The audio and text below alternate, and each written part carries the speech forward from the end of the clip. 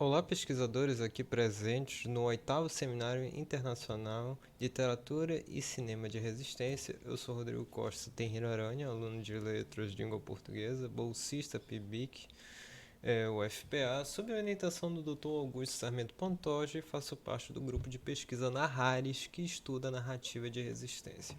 Este estudo abordará o conceito de resistência nos contos de Clarice Lispector e Maria Odinda Braga no período de 64 a 1974, quando os dois países viviam em ditaduras. Vinculado ao projeto de pesquisa Estudo do Conto Luso-Brasileiro de Autoria Feminina, Trânsito entre Ditaduras, aqui vamos discutir sobre o conceito de resistência, uma breve apresentação dos autores, as obras estudadas, apresentar os contos Desastre e Sofria de Clarice Lispector e Amor e Morte de Maria Eudina Braga e pontuarmos as semelhanças entre os contos. Sobre o conceito de resistência,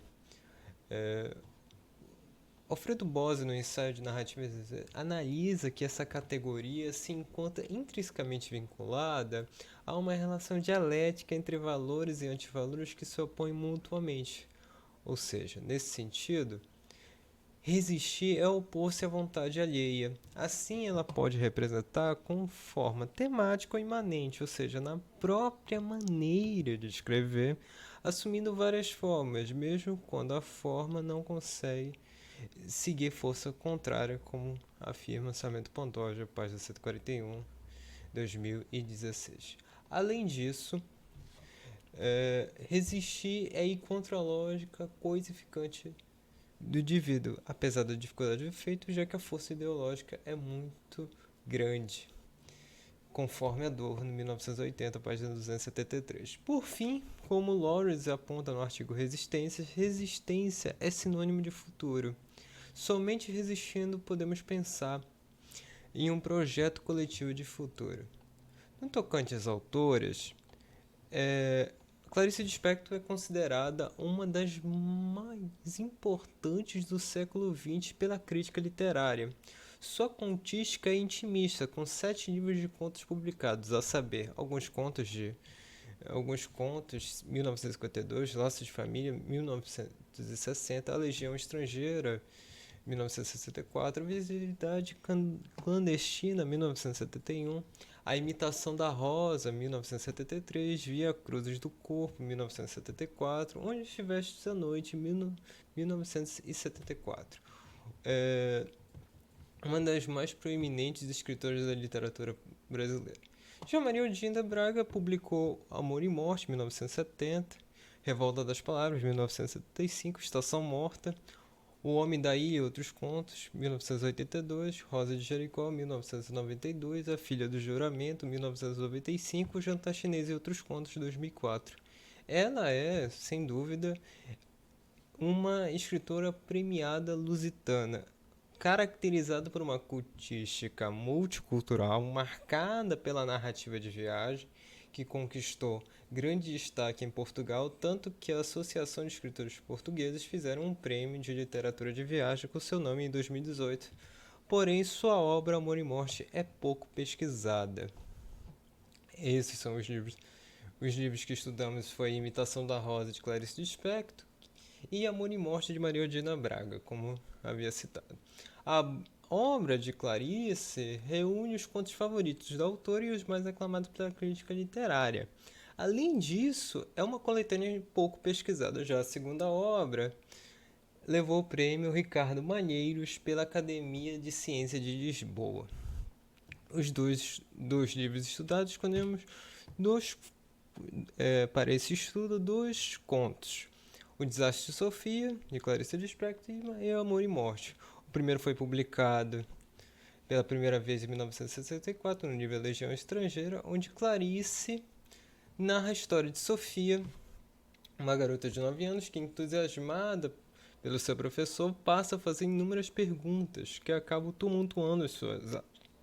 Em um determinado momento, o professor pede que os alunos escrevam uma história. E Sofia, para desafiar sua autoridade, escreve um texto com uma lição de moral às avessas, completamente diferente da história original.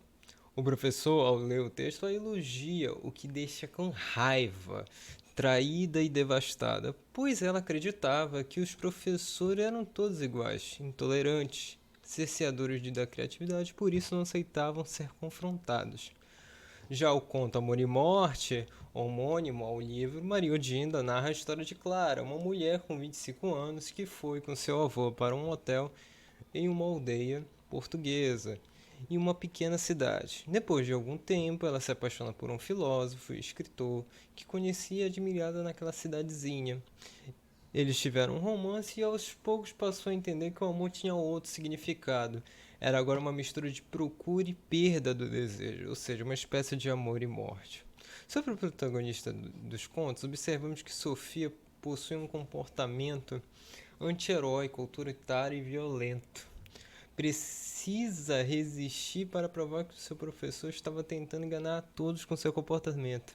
Uma forma de resistir que revela o quanto a garota era egocêntrica, pois não admitia estar errada, como podemos perceber a seguir. Cada dia renovava-se a mesquinha luta que eu setara pela salvação daquele homem. Eu queria o seu bem, em resposta ele me odiava. Contundida, eu me tornara o seu demônio e tormento, símbolo do inferno que devia ser para ele ensinar aquela turma risonha de desinteressados. Tornara-se um prazer já terrível o de não deixá-lo em paz. Em um outro momento, do quanto percebemos uma das características mais elementares da escrita de Clarice, que perpassa por quase toda a sua escrita, que é a epifania, um conceito descrito por Benedito Nunes como a experiência interna em um momento de paz contemplativa. Nunes, 1973, página 121.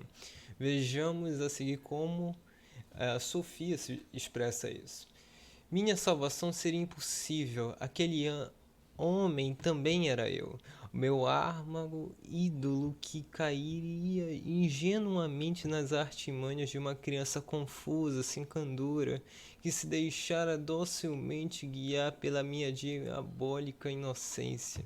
Com um aperto de mão na boca eu corria pela poeira do parque. Lispector, página 276 de 2016. Outro elemento observado na escrita de Clarice é o anticlímax, que é um clímax ao contrário das expectativas do leitor, pois nos momentos que ele acontece, a resistência acaba. Em outras palavras, o personagem volta consciente de sua realidade dialética e por isso não consegue alterá-la, gerando uma necessidade de fuga. Percebo com esse trecho. E de repente, com o coração batendo de desilusão, não suportei um instante mais. Sem ter pegado o caderno, corri para o parque, a mão na boca como se tivesse quebrado os dentes. Com a mão na boca, horrorizado, eu corria. Não parava nunca parar. A prece profunda não é aquela que pede, a prece mais profunda é aquela que não pede mais. E eu corria muito espantada. De aspecto, página 226 de 2016. Ou seja, em Desastres de Sofia, a resistência está entre o eu e o outro, aluno versus professor, em que a questão da autoridade é posta em conflito, uma vez que temos o outro dos outros que acaba em si mesmo, aparece nos estranhos e sólidos daquela legião de personagens novamente flagrados nas situações mais cotidianas, como afirma Rosenbaum. Uma relação assimétrica, pois modelos distintos de aluno e professor, papéis invertidos que geram uma dualidade não harmônica, causada pelo estranhamento que Sofia tem pelo professor Colpotieri defende,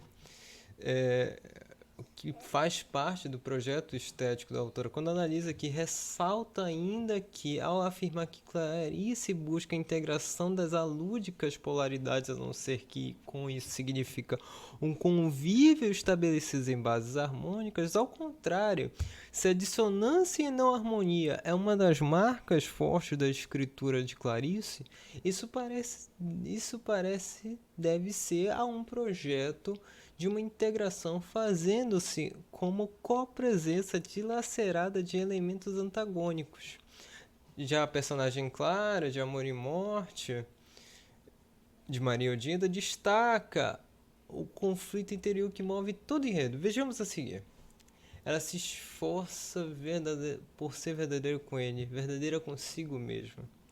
Acho que tinha chegado o meu tempo, mas não podia ser com mais ninguém. Queres dizer que te encont... Acho...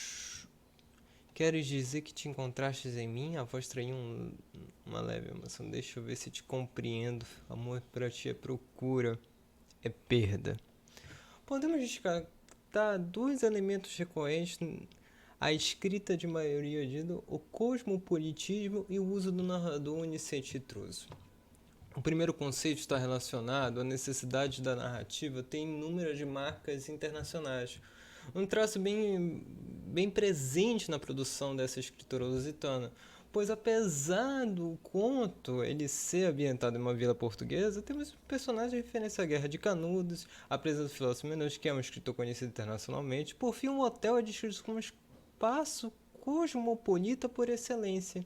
Esse aspecto do cosmopolitismo em Maria Odinda é refletido por Rodrigues ao considerar que o estilo ondiano caracteriza sobretudo pela visível vivência do mundo, uma coexistência de tempos e espaços geográficos bem distintos, pela presença de vários gêneros, pela emergência de uma voz feminina, por uma melancolia e memória afetiva que tem cores e cheiros do mundo. Antônio Dimas, do Espaço Romance, nos apresenta o conceito de ambientação franca, que pode ser Rodrigues associa a essas cores e estilos do mundo. Dessa forma, o conto explora esses elementos na passagem a seguir. Aquelas termas eram para a bronquite e para a terção arterial, uma água sulfurosa que irrompia ao escaldar nos sítios frios e noutros, num pavilhão de estilo colonial, com varandas de madeira pintadas de verde escuro. Era banhos de imersão e os duchos, em redor correio, a mercearia, também o café e o quiosque, umas casinhas cinzentas, a igreja, a taverna, o hotel. Braga, página 189, 1970. Sobre a resistência presente no conto, eu gostaria de mostrar uma passagem importante e que Clara resiste de maneira mais latente aos modelos amorosos de sua sociedade. Algo estava a acontecer, e nesse momento o barão disse: suponhamos que não tinha noivo. Acha-me muito velho para si? Foi para quando, de uma cognota, surgiu um rebanho que sempre atravessava o lago da aldeia ao entardecer. Pastor de bornal ao ombro, um cão castro laboreiro. O barão deu uma corridinha. Ela parou. Os faunos de sua fantasia não eram bichos, mas homens. Homens verdadeiros, só que disfarçados de bode. Braga, página 200, 1970. A resistência ocorre num momento de ruptura em relação ao modelo de amor estabelecido culturalmente naquele grupo social. Por isso, casar cedo, ser mãe vinculados à constituição do que seria o papel feminino será problematizado. Como diz Menendez, o amor para Clara é apaixonar-se. É apaixonar-se, assim como também desapaixonar-se. Ou seja, o fim também faz parte do amor para ela. Por fim, vale destacar que a resistência não é apenas em relação ao modelo de amor estabelecido, mas também aos padrões sociais que limitam as mulheres em suas escolhas e desejos. Clara é uma personagem que representa a luta por uma maior autonomia feminina e liberdade individual das mulheres em um contexto em que os valores patriarcais e conservadores são predominantes. Sobre a semelhança, eu destaco o cotidiano desbanalizado pela poética, como podemos observar a seguir. Tal como para Odinda, também para Clarice, ver a terra tomar conta da casa comum significa estar atento à espantosa realidade e diversidade das coisas, ao desconhecido, o oculto ou invisível. Significa um modo de empatia ou compaixão pelo que é vivo. Nas palavras de Clarice, um modelo de olhar com os olhos dos outros significa significa mudar de perspectiva com quem olha a Terra a partir do espaço. Significa, em especial, um modo de ver, de estampar o cotidiano com a lente da poesia. Por isso, considero que estamos diante de resistências cotidianas, já que agora as autoras abordam, de maneira exemplar, a resistência dentro do contexto histórico, social, ditatorial, utilizando uma linguagem introspectiva, memorialista e existencialista, como a de Clarice Lispector, seja uma linguagem multicultural e melancólica de Maria Odina Braga, porém ambas fazem com uma poética singular que desnuda o cotidiano da coisificação. Por isso resistir é um ato cotidiano. Muito obrigado, essas são as referências e eu agradeço a todos que assistiram a este vídeo.